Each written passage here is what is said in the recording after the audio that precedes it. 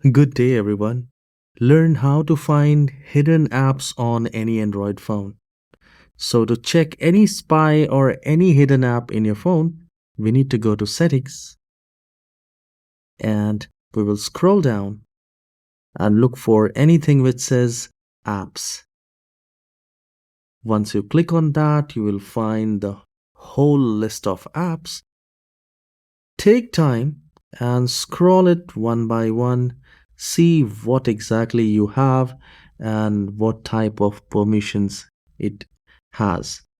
So in majority, if there is any spy or any hidden app is there, most probably it will have permissions like sensitive permissions, which you can simply remove it and also uninstall it.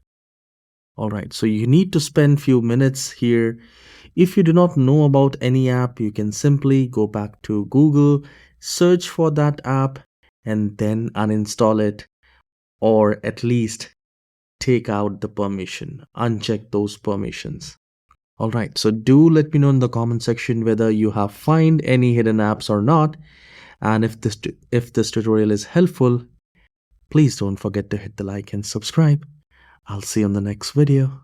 Have a wonderful day.